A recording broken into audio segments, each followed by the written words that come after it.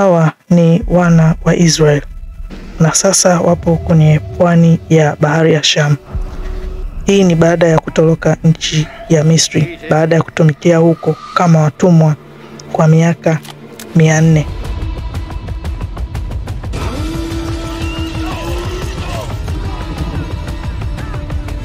Nyuma yao ni jeshi la Wamisri linalokuja na silaha, magari na farasi wakipiga kelele. Wapo kuja kuiangamiza kabila la Israeli. Lakini kwa Waisraeli mbele yao kuna kikwazo, bahari ya Shamu. Hawana kimbilio lingine na huu ndio mwisho wao.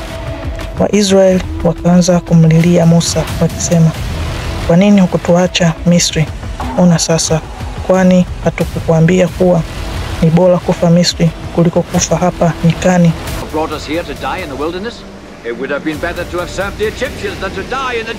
Musa akawanyamazisha, naye akamlilia Mungu. Mungu akamjibu akasema, usinililie, nyosha fimbo yako nayo bahari itagawanyika. Naye Musa akanyoosha fimbo hiyo na bahari ikatawanyika. Na baada ya Waisraeli kuvuka, Mungu akairudisha bahari hiyo ili jeshi la Wamisri lililoko nyuma yao katikati ya bahari liuawe. Nalo jeshi likasombwa na maji na wakafa. Hadithi hii ni moja ya hadithi maarufu sana kwenye Biblia. Kwa maana nyingine ni ushuhuda wa uwepo wa ulinzi wa Mungu. Lakini kuna wanazuoni ambao wao hawajashawishika na hadithi hii, nao wana yao ya kusema. Lakini hapa siku ya leo tupo kukupa hadithi nzima ya ukuu wa wana wa Israeli, hasa kwa kipindi hicho kilichosimuliwa kwenye Biblia na hoja za wanazuoni wanaopinga uwepo wa hadithi hii nzima.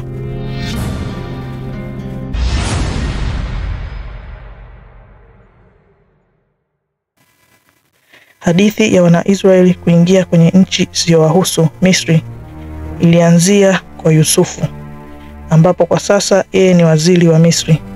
Hii ni baada ya Yusufu kutafsiri ndoto za Farao kuhusu miaka ya mavuno na njaa. Miaka ya njaa ilipoanza, ndugu zake Yusufu ambao wao ndio walimuuza utumwani walikuja Misri kutafuta chakula. Baada ya majaribio kadhaa, Yusufu alijitambulisha kwao na kuwaomba wamlete baba yao Yakobo pamoja na familia nzima. Farao aliwakaribisha kwa heshima na familia ya Yakobo ilihamia Misri na kupewa ardhi ya Goshen. Hapa wana wa Israeli waliongezeka kwa idadi na kuwa taifa kubwa. Baada ya miaka mingi, Yusufu na ndugu zake walikufa, lakini kizazi chao kiliendelea kukua na kuongezeka.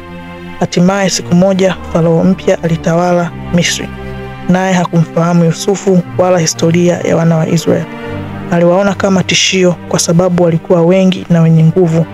Kiongozi huyo alijawa na chuki na akaamuru watu wote wenye asili ya Kiebrania kufanywa watumwa.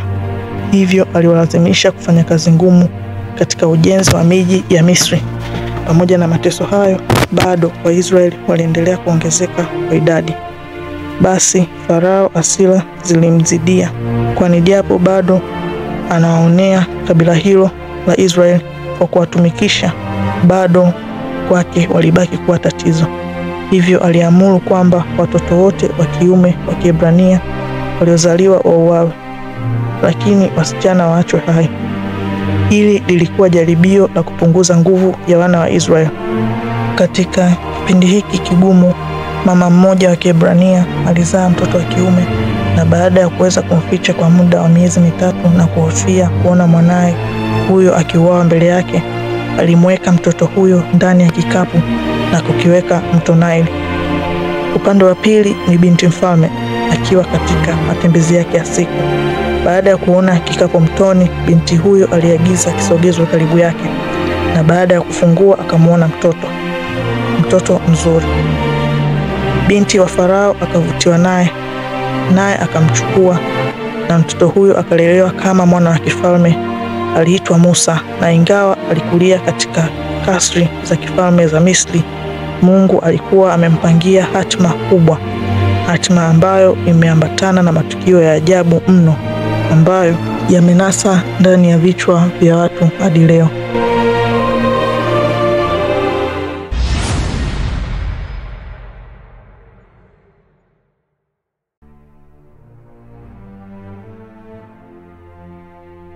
Ni siku nyingi zimepita na mambo mengi yametokea, lakini sasa Musa ni mtu mzima na leo yupo kufanya tukio lililostaajabisha Misri na hata dunia kwa sasa. Yupo mbele ya mfalme akimshawishi aachilie wana wa Israeli. Mwanzo alikula meza moja na watu hao, lakini leo yupo nao vitani. Musa akiwa na kaka yake Haruni akasimama mbele ya Farao kwa ujasiri. Kwa sauti thabiti akasema, Bwana Mungu wa Israeli asema, acha watu wangu waende zao. Farao akacheka kwa dharau akimwangalia Musa kwa kejeli na kusema, nani huyo Bwana, mimi ni mtii? Musa akanyoosha fimbo yake mbele ya Farao na kwa mara moja ikageuka kuwa nyoka mkubwa. Wakuu wa kifalme wa wachawi wa Misri wakashangaa. Kwa jeuri, wachawi wa Farao wakajaribu kufanya hivyo hivyo, nao pia wakageuza fimbo zao kuwa nyoka. Lakini cha kushangaza zaidi, nyoka wa Musa akameza wale nyoka wa wachawi wa Farao. Licha ya onyesho hilo la nguvu za Mungu, Farao hakushawishika na akakataa katakata kuachia wana wa Israeli. Musa na Haruni wakatoka mbele ya mfalme, lakini vita hii ndiyo kwanza ilikuwa ikianza, kwani kila ukaidi wa Farao ulipozidi, mapigo makubwa yakashushwa juu ya Misri. Maji kuwa damu, vyura kujaa, chawa, nzige, magonjwa na giza nene. Lakini bado moyo wa Farao ukazidi kuwa mgumu. Ilionekana kana kwamba Farao hakuwa tayari kuwaachilia wana wa Israeli hata iweje. Na hapo ndipo pigo la mwisho likaja. Kifo cha wazaliwa wa kwanza wa Misri, kuanzia mtoto wa Farao hadi yeyote ambaye hakupaka damu ya mwanakondoo mlangoni mwake. Watu wengi walipatwa na msiba huo. Ilikuwa siku ya kilio na majonzi kwa nchi nzima na Farao akashindwa kuvumilia tena na hatimaye akawaachia wana wa Israeli waondoke. Hiyo ndiyo safari ya kuelekea nchi ya ahadi ilipoanza. Na hapa ndipo historia mpya ikaanza kuandikwa, kwani hapa ndipo tunarudi pale mwanzo pa makala ilipoanzia, Waisraeli wakivuka bahari ya Shamu. Lakini kuna tatizo ambalo linaibuka juu ya yote haya. Wanazuoni wengi na watu wanaochimba masalia mbalimbali ya binadamu hawakubaliani na hadithi hii mwanzo hadi mwisho.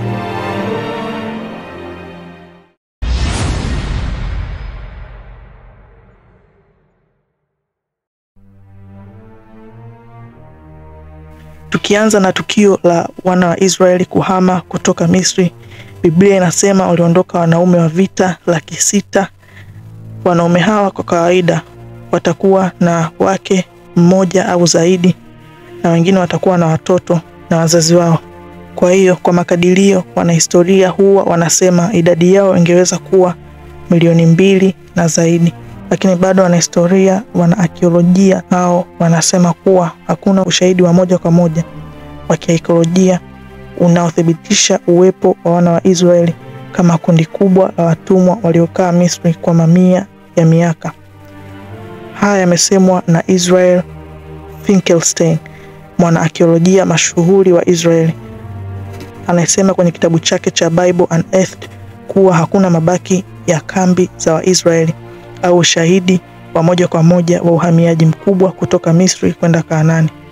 Sababu ya pili, wanasema Misri ilikuwa na utawala wa kifalme uliotunza kumbukumbu za kihistoria kwa mawe na maandishi ya hieroglyphics, lakini hakuna kumbukumbu za kihistoria zinazoeleza kundi la watumwa wa Kiebrania waliokuwepo Misri kwa muda mrefu au tukio la kuondoka kwao kwa namna ya ajabu.